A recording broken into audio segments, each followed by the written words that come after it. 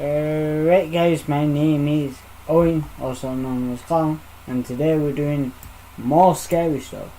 We also got a slideshow of images, and if you are gonna comment, let us know what you see in the pictures. We've pointed out most of them. So when we're telling this story, or these stories, we're continuing from the scary stories. If you didn't watch the last stream, I'll link it after this stream's done. But we're continuing the scary stories from Almost Kidnapped. And we were looking through it and found some creepy pictures called When You See It. So I've basically got them all. I think there's about 20. And while we're telling the rest of these stories, I will let them go through on a slideshow and you guys can see if you can guess them. So I'll just pop them here. So this one's not really a guess one, it just pops up. Which is quite funny. But the first story we're going to tell is the tall man in the park. But then we are going to go and talk a bit after we've read a few. And then we shall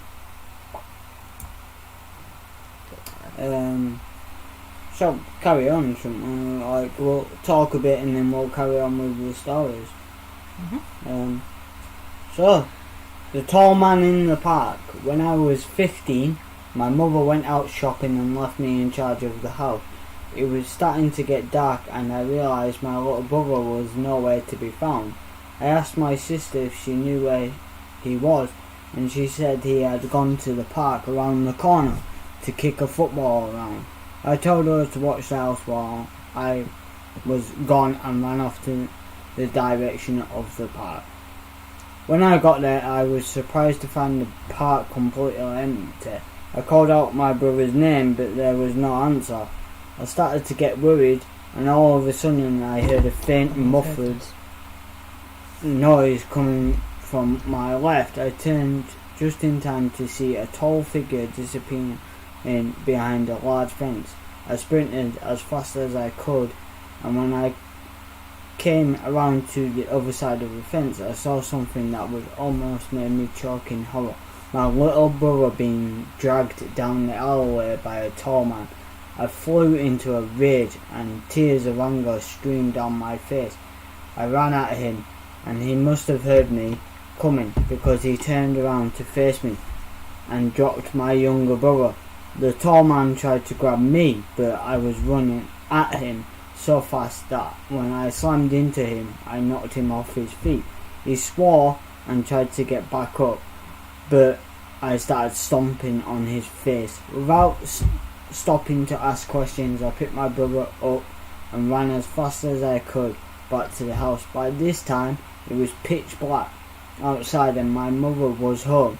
She was frantic with worry, and when she saw the look on both our faces, she realised that something bad had happened. As I explained, my little brother and I started crying, and my mum gave us the biggest hug ever and cried with us.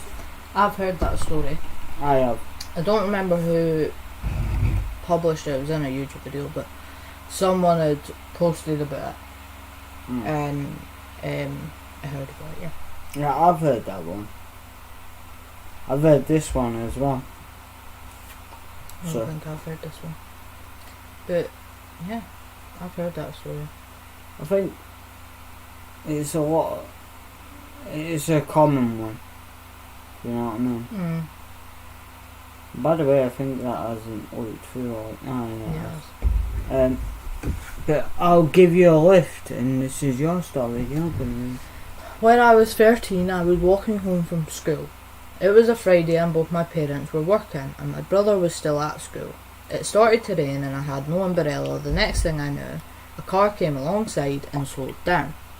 The driver was a guy in his early 20s, 30s, and he said, "Hey Elaine, jump in, I'll give you a lift." I told him my name wasn't Elaine. He apologised and said I looked very like a girl and offered to give me a lift. Anyways, I knew this was I knew this was dodgy, so I said, "No thanks, my house is just there," and pointed to a random house nearby. Then I quickly walked into the entrance of the house and hid there for a few minutes, waiting on him to leave. When I walked back out, I realised he had just pulled over on the side of the road and was getting out of his car. I knew it wasn't my house, or he knew it wasn't my house. I dropped my school bag and just took off running. He followed me. I ran all the way to my house when I remembered I don't have my keys and nobody was home. I was absolutely terrified. I started banging on the front door and all of a sudden it opened. My brother was standing there. He had stayed home sick from school. I was crying so much I could barely talk, and I just kept pointing at the man coming up the road. My brother grabbed and hurley stick and ran outside. As soon as the man saw my brother, he ran back to his car, jumped in and sped off. We didn't manage to get his license plate number, so he was never found, but I'm sure he wanted to kidnap me and possibly hurt or kill me. It was very scary, and I was so lucky that my brother was there, or I might have been just another statistic.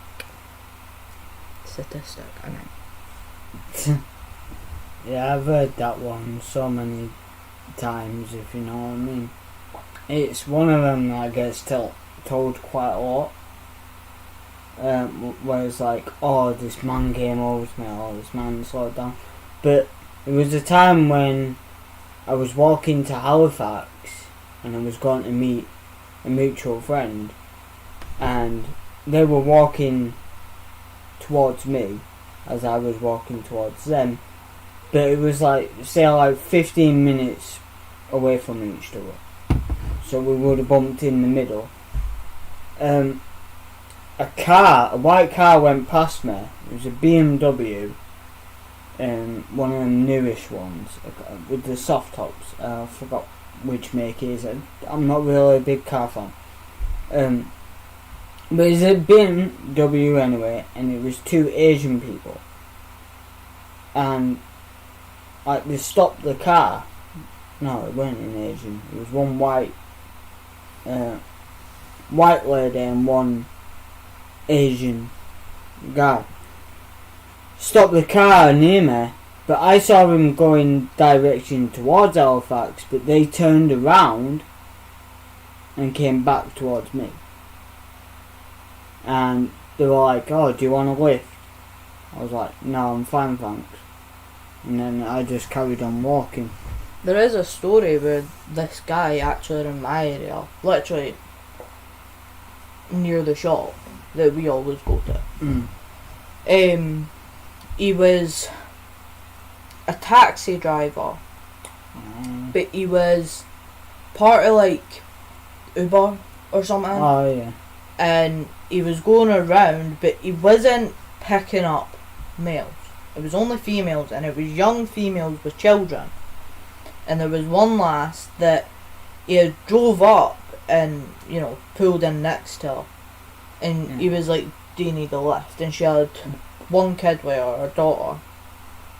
And she was like already looking for a taxi anyway, but instead of phoning, she thought it would be quicker just, you know, pulling a taxi over. Yeah. And when this guy pulled over, she was like, "Yeah, whatever, cool."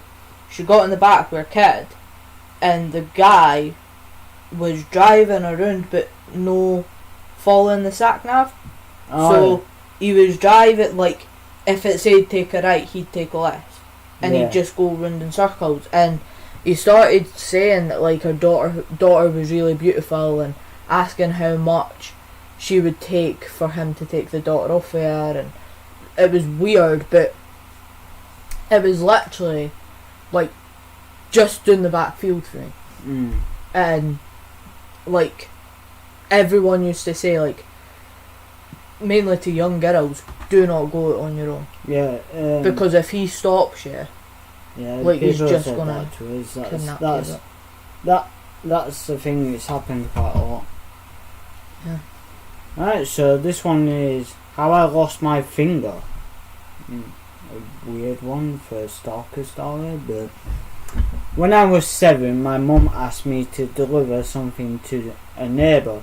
It was very dark that night, and there was no street lights. I could barely see anything on the way home. I came to a bend in the road with big bushes on both sides. All of a sudden I heard a loud rustling behind me. When I looked behind me, I saw a tall, dark figure emerging from the bushes. I started running. I could hear a man's heavy breathing close behind me. I ran as fast as I could, but he was gaining on me. I dodged to the right and took a shortcut through a hole in a row of tall bushes. I reached the driveway of my house and heard him crash through the bushes. He was still after me. When I got to the front door, I caught my pinky finger on the screen. I was so terrified. I rushed inside and slammed the door shut. It locked. I screamed for my parents. I didn't notice my finger was missing until my mum gave me a big hug. My dad ran out with a gun and tried to find the guy, but he was gone.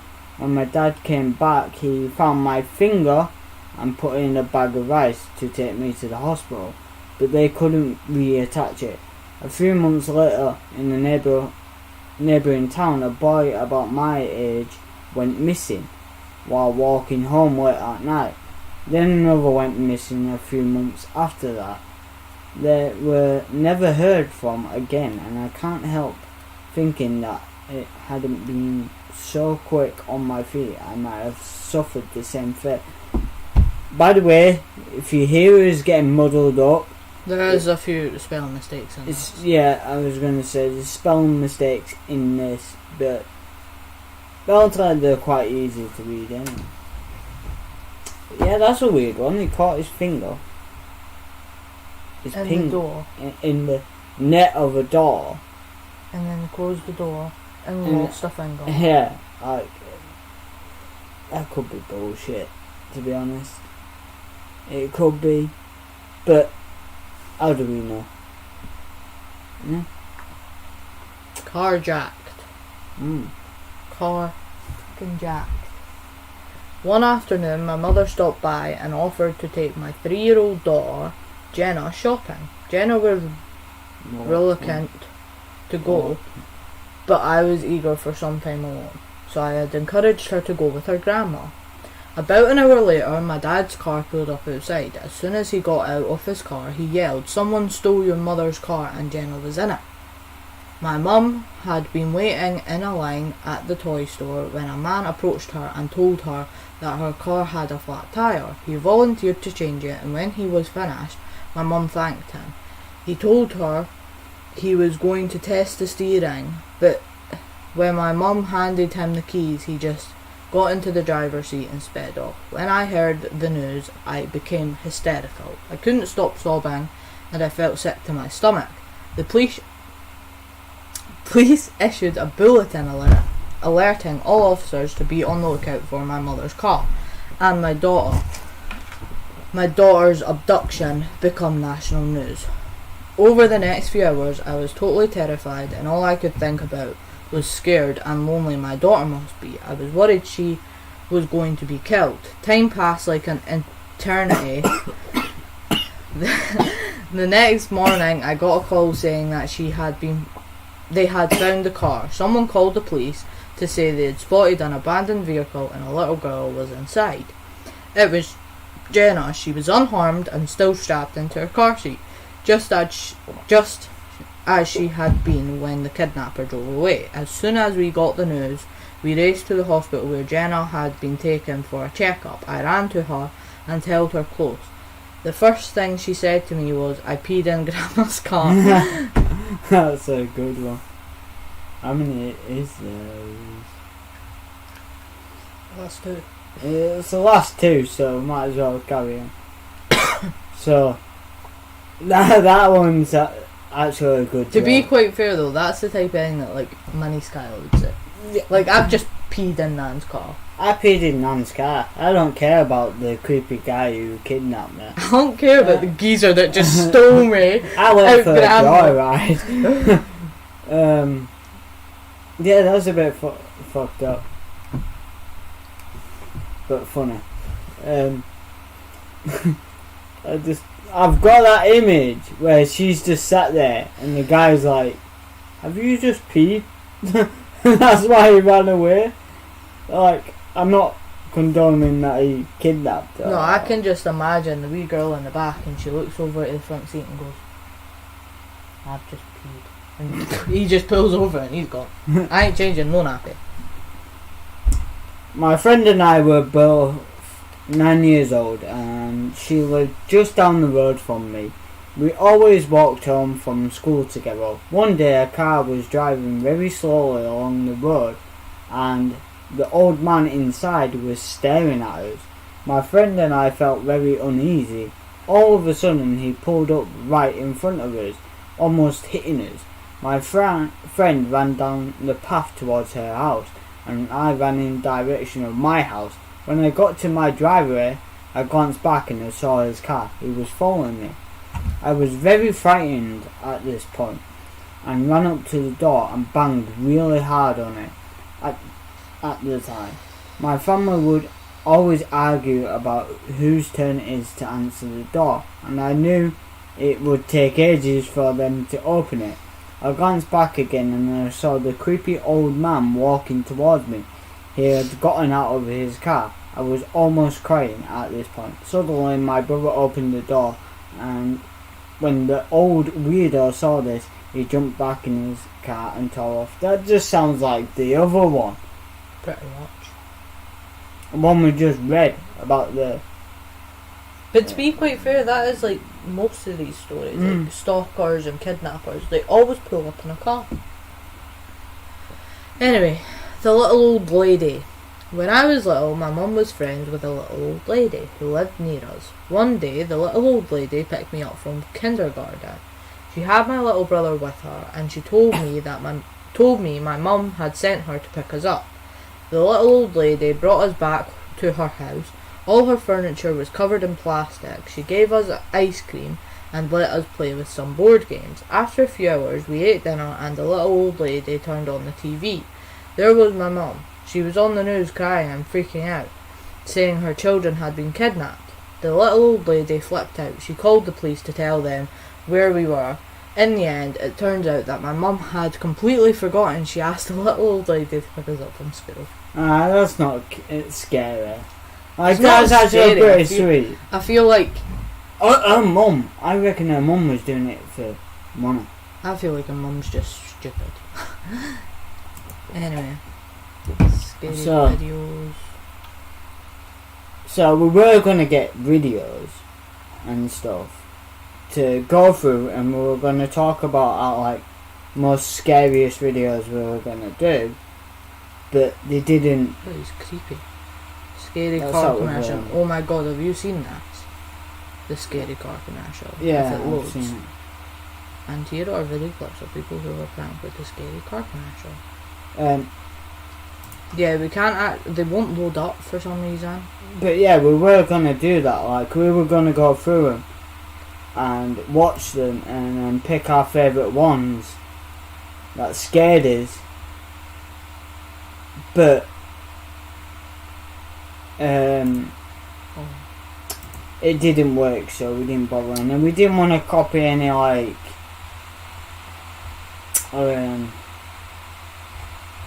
YouTube videos and get copyrighted, if you know what I mean. So, but I think we're going to make a subreddit. What the fuck? I asked the YouTuber when I was going to get a girlfriend that spelled it until my wrist got tired.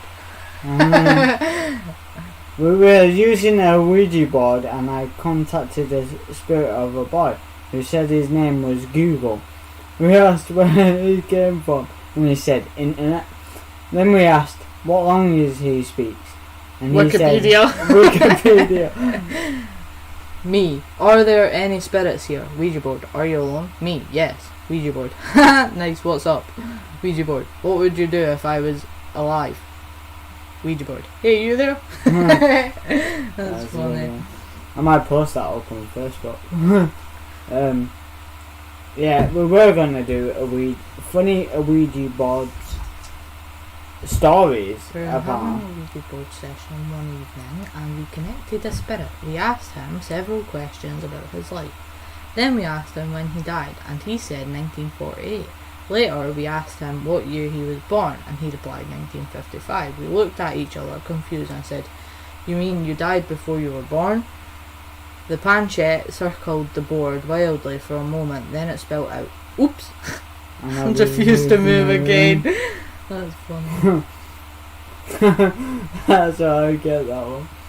When I was a kid, my mum and I lived next door to her older sister. My mum used to use a Ouija board and my aunt kept warning her about spiritual danger. Eventually my mother threw the Ouija board in the trash and the next day it showed up in the backyard.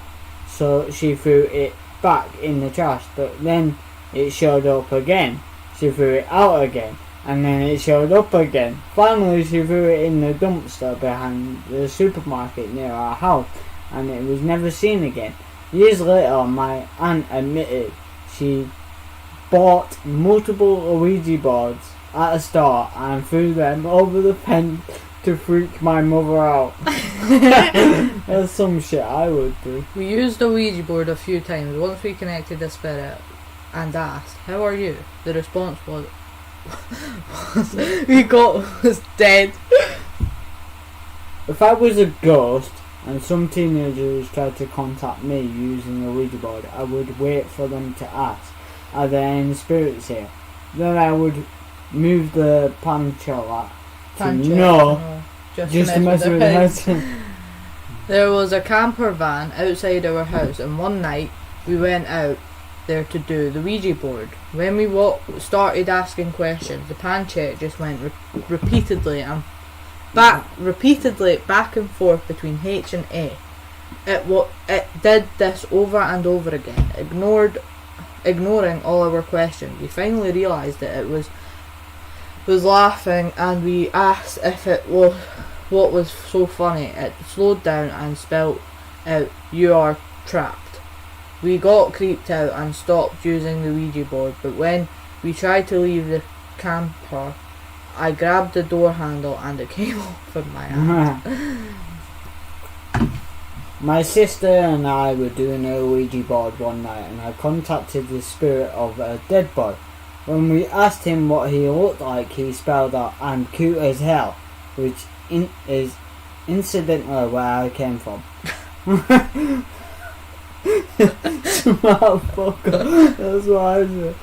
The last one, I told my grandma that Facebook is a good way to get in contact with old friends. She said if she wanted to contact old friends, she would just need a Ouija board. Nah, that's not funny. That one's funny, the cute one. The first one was funny. Scary games. Let's see what scary games we've got. But we're supposed to be doing a podcast. Oh, shut the fuck up. Paranormal, sleepover games. games, puzzle games, mystery games. Yeah. Let's do sleepover games, because we're technically having a sleepover. But it's like a sleepover every Well, night. it's not. Catch Scratch, Sandman game. Baby Blue, Candyman. Candyman. Candyman, that's the Candyman is an urban legend that tells the scary story of a murdered slave who returns from the dead in the search of revenge. If you say his name 5 times, a horror movie was made in 1992 about the legend, followed by 2 sequels starring Tony Todd as Candyman, which is one of the best. Read the story and find out how to play the Candyman challenge. Okie doke. According to the legend, if you look into a mirror, chant the name Candyman 5 times, he'll appear behind you, kill you with his hook, for you see, the Candyman is a vicious killer with a bloody hook for a hand. He appears from the mirror, covered in blood and bees, and he has nothing but murder on his mind. We say that many years ago, Candyman was a real man. Back in the days of slavery, Candyman was a black slave named Daniel Robertier, who worked on a plantation in New Orleans. He was a talented painter and was chosen chosen by the plantation owner to paint the portrait. Basically, this is just telling you the plot of the fucking movie. This is not a game. It is based. So remember, you can say Candyman once, twice, 3 times, or 4, but never say it 5, or you'll be sorry. It's basically. Well, sorry, didn't know you were the fucking What horror. they did was they. Do you want to go do Candyman? No, because it's not real. Dead man. Slumber party. Halloween games, right? What? Let's just have a look, right? I know we're supposed to be doing a podcast, but shut the fuck up, right? We'll get to that bit. Mobile phone game, candle game, Murder vampire. mystery. Is that just stories? To my murder mystery. You need at least 4 people. Oh well, we don't have 4 people because we don't have friends. Thanks for rubbing it fucking in. Stop rubbing my leg, you freak. Who gives a fucking rape, you freak? God. Don't got Right. me, bitch. Anyway. Actually, Right, we'll go back to scary games in a bit. actually, I want you to go down onto the urban legends section because there might be a few in there that are really good.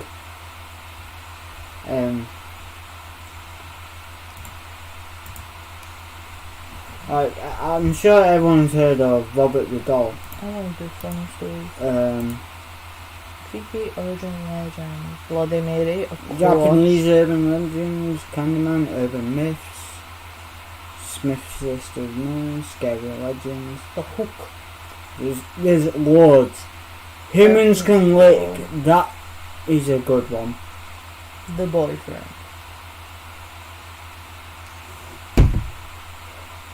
Maybe in the next podcast we'll do urban legends. I would do funny stories for a change. No. The Cursed Ball Pit. Funny, scary stories. Pick one. I want to do...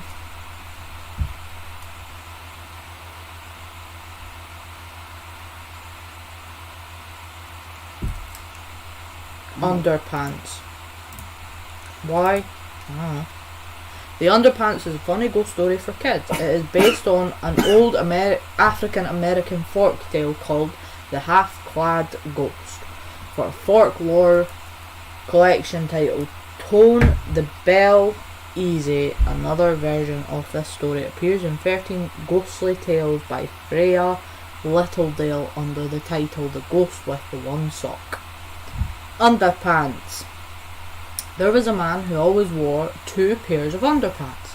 When he died, that's sad, and when his wife was laying him out to be buried, she only put 1 pair of underpants on him. After the funeral, the old man's ghost kept coming back to the house every night at the stroke of midnight. The old man would walk right through the front door. His wife was so scared that she moved away, but the ghost found her. She moved again, and she kept on moving. She must have moved 4 or 5 times, but no matter where she went, her husband just kept coming back. Eventually, the woman couldn't stand it anymore, and one night when her husband's ghost came walking in, she asked him, "Why do you keep coming back? What in the name of God do you want from me?" He looked at her for a long time and finally said, "Honey, please give me another pair of underpants." So she gave him another pair of underpants, and to this day, he has never been seen again. Ooh, underpants boy. Right. Let's see. 2 hairs, black. Black eye. The maid. Just, That one. just click that one. It was there, so.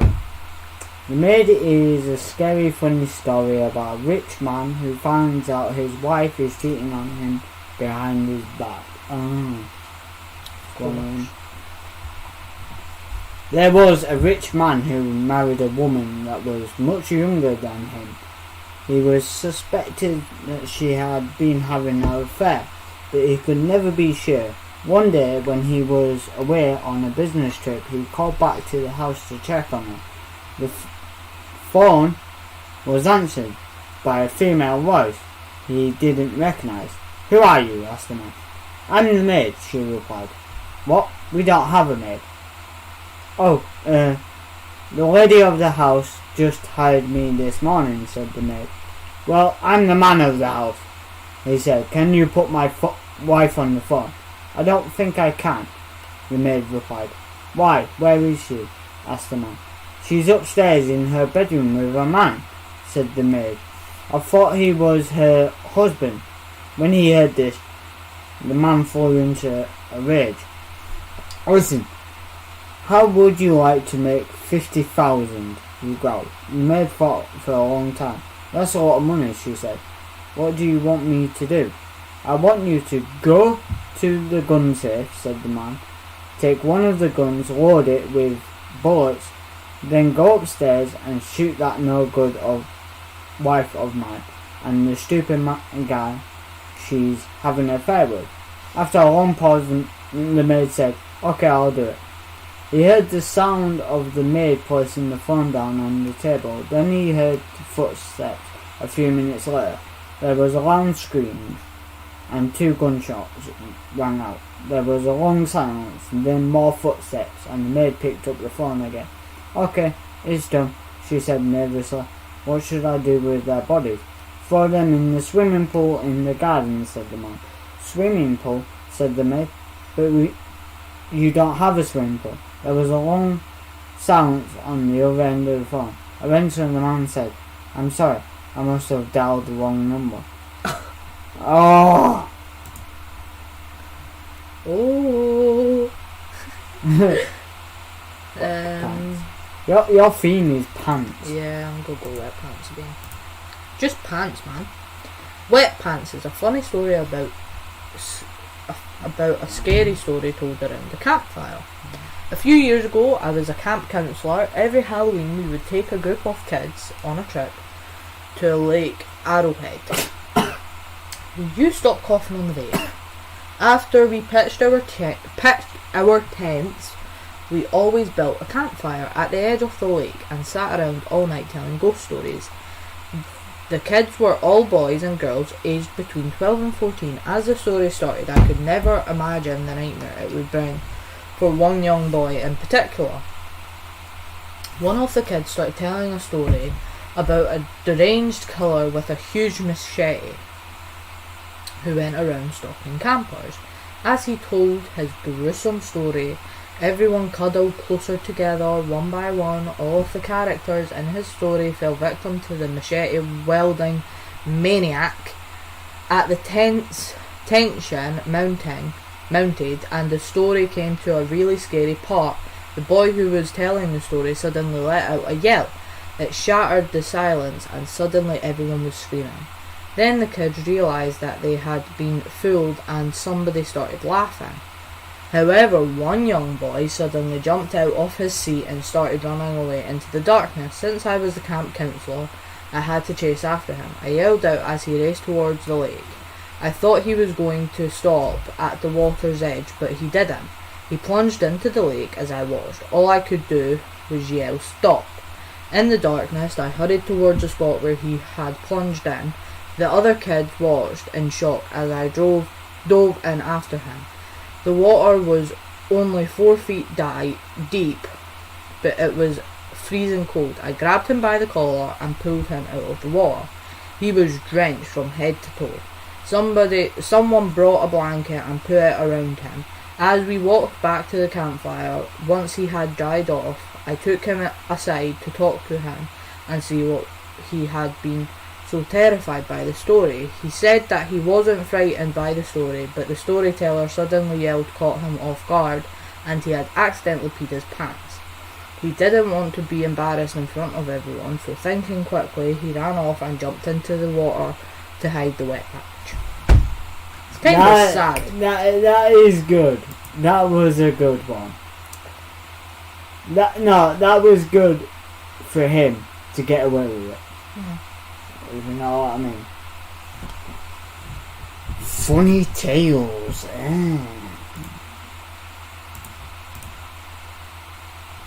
Funny tales, scary stories, good jokes to tell. Funny tales. Who's the boss? This is multiple, so we can do one each. There was a young girl who went to summer camp. She was very unpopular with the other children because she was extremely bossy and selfish. After a few days, the other kids refused to speak to her and asked the counsellors to move her to another cabin. The counsellors put her in her own cabin. It was known as a haunted cabin. On the first night she slept there, the girl took out a marker and wrote on the wall, "I'm the boss." Then she went to bed. In the middle of the night, she felt something crawling up her sheets. Soft hands wrapped around her neck and strangled her. In the morning, the counsellors came in and found the girl lying dead in her bed. On the wall above her was the inscription, "No, I'm the boss." It's kind of sad. Even though she was a bitch. Anyway, the cemetery gates. It was midnight and a policeman was walking past a deserted old cemetery. The cemetery gates were standing open, and when he glanced aside, he thought he saw something moving in the darkness. Suddenly, he saw that it was something white, and it was approaching fast. The policeman drew his gun and began shooting at it. The next day, the policeman was found dead outside the old cemetery. His corpse was laying on the sidewalk. In one hand, he had clutched a gun, and the other hand was clutched his chest. He had died of a heart attack. Next to him was an old newspaper with several bullet holes in it. So he died because of a newspaper. Fucking. A passenger in a taxi tapped the driver on the shoulder to ask him something. The driver screamed and lost control of the cab. He nearly hit a bus. Then he drove up over the curb and stopped just inches from a telephone pole. For a few moments everything was silent in the cab. Then the taxi driver said, "You scared the daylights out of me." The passenger apologised and said, "I didn't realise that a tap on the shoulder could frighten someone so much." "Well, today is my first job," said the taxi driver. "I used to drive a hearse." So he got scared because the passenger he thought it was a dead man.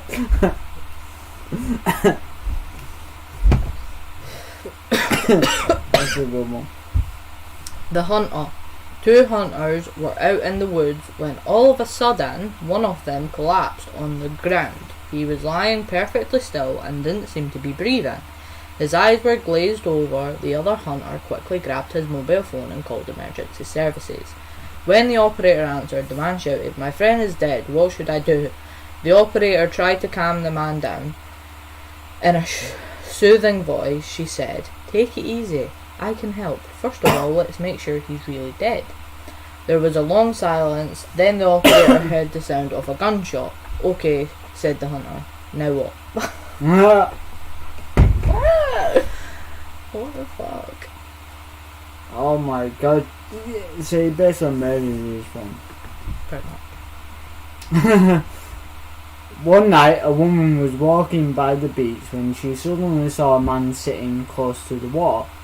He kept on saying 777. She approached him and asked, "Why do you keep saying 7? If you really want to know, come closer," he replied. The woman was curious. She went closer to him. As soon as she was standing in front of him, the man stabbed her with a knife and threw her in the water. Then he said back down to her and said, so yeah. How's that funny? Kill. Yeah, it's his 8th kill, but how's that I don't funny? know. Anyway, the dog and the ball. A young man was bringing his new girlfriend out on a date. He was waiting in the living room for her high-raised apartment while she was getting dressed and putting on her makeup. He was bored and he decided to play with her frisky little dog. He picked up a ball and began throwing it for the dog to catch. He accidentally bounced it too hard and it flew out of the side door and fell over the balcony. Without a thought, the dog followed the ball and fell over the balcony too. When his girlfriend came out, the young man had no idea what to do or say. She didn't seem to notice the dog's absence at dinner. The man said, "You know, your dog seemed a little depressed this evening." Oh god. I just killed your dog, by the way. But oh no, they went back. She found the dog splattered all over the floor. And that's why he said, you know, I think your dog was a little bit depressed, so he committed suicide. Oh my god, we're so dark.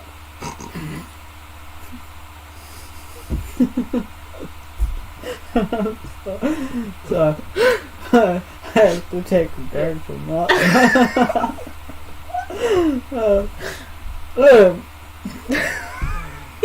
I can't help but laugh at it. I was just imagining that going, "There's my bullets!" Then like, "Get me the phone, catch the bullets now." The black puddle. One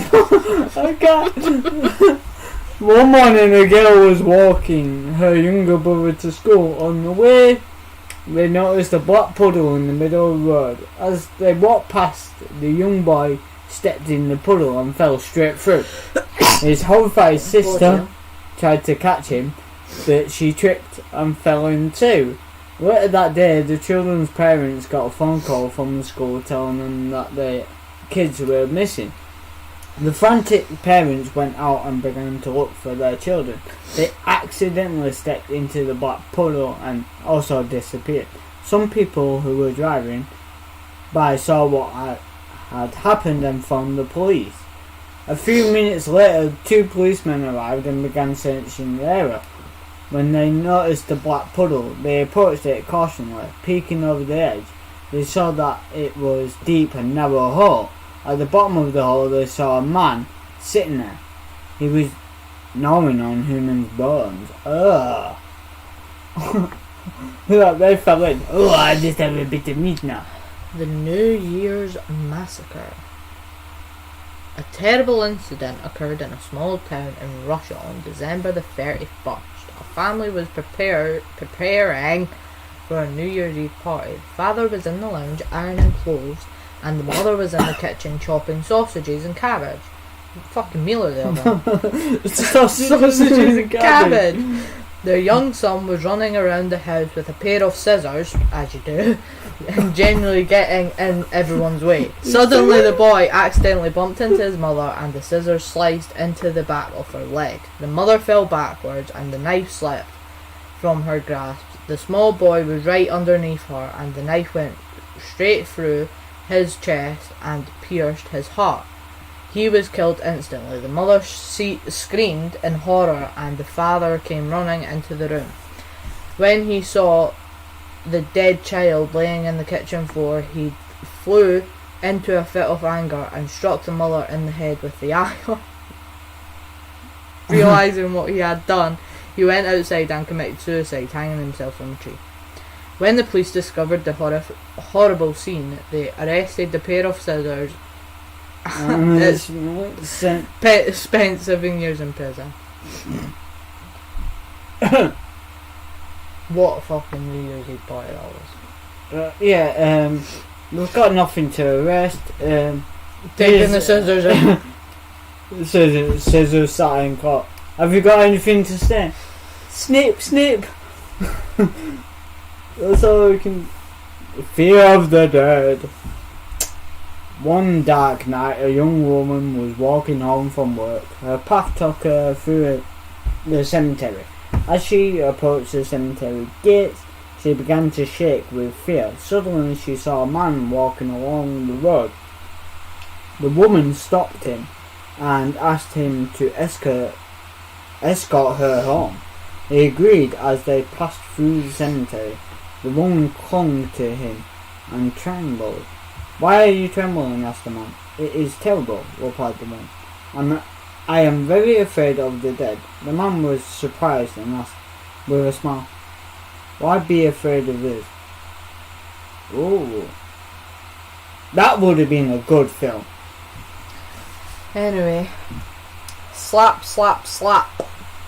A woman was walking down the street at midnight when she heard a slap, slap, slap sound behind her.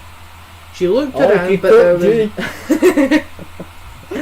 she looked around, but there was no one there. She went on walking, only to again hear the slap, slap, slap again. She looked around to find no one there. She was frightened and ran to the bus stop. The slap, slap, slap followed her close on her heels. As she sat on the bus, everything was silent. When she reached her stop and got off the bus, she heard the slap, slap, slap sound again. She looked around, but there was still no one there. The woman was now terribly frightened. All the way home, slap, slap, slap, up the stairs, slap, slap, slap. As she stood at the door of her apartment, fumbling for her keys, she saw a man in a black cloak coming up the stairs. The man looked at her strangely and said, "In my opinion, the heels came off your sandals." So, even and the guy shouting down the road, "I like your cut, Jake." This is the last one, by the way. Like, all that time the heel came off. There was a farmer who grew watermelons in his field. Unfortunately, his farm was close to the main road, and it had constant problems with people stealing his watermelons during the night. He was determined to stop this and came up with a cunning idea. In the middle of the watermelon patch, he placed a sign that read, "Warning, one of these watermelons has been injected with poison." The next day, the farmer came out to survey his field and was delighted to find that no watermelons had gone missing during the night. However, he noticed that at the bottom of his sign, someone had written, "Now there are two." Someone poisoned his watermelon. Wow, yeah, that was hilarious, mate. I want to read The Monkey for Sale. I think I read this one. Monkey for Sale. Monkey for Sale is a weird, funny story about a boy who buys some cheap monkeys in a pet shop and brings them home. I saw a sign in the window of a pet store. It reads, "Monkeys for Sale." The store was selling them for 5 cents a piece. I thought that was odd since they were normally a couple thousand each. I bought 200. I like monkeys. I took my 200 monkeys home. I have a big car and I let one drive. He wasn't very smart. In fact, none of them were really bright. They kept punching themselves in the face. I laughed, then they punched me in the face. I stopped laughing. I herded them into my room. They didn't adapt very well to their new home. They screeched and jabbered. They hurled themselves off the couch at high speed and slammed into the wall face first. Although humorous at first, it became boring after an hour. 2 hours later, I found out why all the monkeys were on sale. They all died. No apparent reason. They all just sort of dropped dead. Kind of like when you buy a goldfish and it doesn't, and it dies 5 hours later. Darn cheap monkeys. Mm-hmm. I didn't know what to do. There were 200 dead monkeys living all over my room. On the bed, in the dresser, hanging from my bookcase. It looks like I had 200 throw rugs. I had to get rid of them before my parents came home. I tried to flush one down the toilet. It didn't work. It got stuck. Now I had one dead, wet monkey and 199 dead, dry monkeys. I tried pretending that they were just stuffed animals. that worked for a while. This is until they began to decompose. It started to smell really bad. I had to use the bathroom, but there was a dead monkey in the toilet and I didn't want to call the plumber. I was too embarrassed. I tried to slow down the decomposition by freezing them. Unfortunately, there was only enough room in the freezer for 2 monkeys at a time, so I had to change them every 30 seconds. This wasn't very effective. I also had to eat all the food in the freezer so it didn't go bad.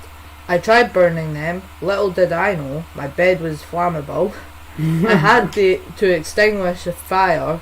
Now I had had 1 dead monkey, wet monkey in my toilet, 2 dead frozen monkeys in my freezer, and 197 dead churring monkeys in a pile on my bed.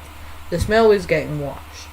I became irritated by my inability to dispose of my monkeys. I was so irritated because I couldn't use the bathroom. I punched one of the dead monkeys in the face. I felt better. I tried throwing them away, but the garbage man said that he wasn't allowed to dispose of charred monkeys. I told him that I had wet one, but he said he couldn't take that either. I didn't bother asking about the frozen ones. I finally arrived at a solution. I gave them out as Christmas gifts. My friends didn't know quite what to say. They pretended they liked dead monkeys, but could tell they were lying, ingrate, so I punched them in the face. I like monkeys. What the fuck? What the fuck? Why do you have so many monkeys? Why would you buy that many monkeys? Damn. Maybe you could have at least fed them. Anyway, I'll read one more since Owen's away to make a brew. Let's read brown suit, blind woman, open grave, baseball bat, 2-head, rap. Let's read blind woman. The Blind Woman is a short, humorous story about an old lady who keeps a memento of her dead husband. There was an old blind woman who owned a farm. Her husband had been sick for years and he eventually died. She cried for days and decided to chop off his finger to keep as a memento. As he laid in the coffin, she felt around for his little middle finger, grabbed it, chopped it off with a knife. She wrapped the finger in a handkerchief and kept it in her pocket. One night, the old blind lady was lying in bed when she heard footsteps downstairs. She recognised the footsteps. They sounded exactly like the footsteps of her dead husband. A shiver ran down her spine as she heard the footsteps walking up the stairs. She heard her bedroom door creak open and the smell of death filled the room. Trembling with fear, the old blind woman said, "Have you come back for your finger?" She heard the ghostly voice of her dead husband reply, "That wasn't my finger you chopped off." Oh. She chopped off his penis.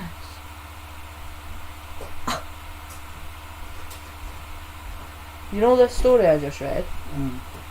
A blind old woman, like her husband was sick and he died and shit, right? And then she wanted to keep a memento, so she felt for his finger in his coffin, chopped it off, and then the husband come back and said, "That's not my finger you chopped off. It was his dick." Oh. A dead man's dick. And she kept it in a handkerchief in her pocket. Right. What do you mean, right? It's not right.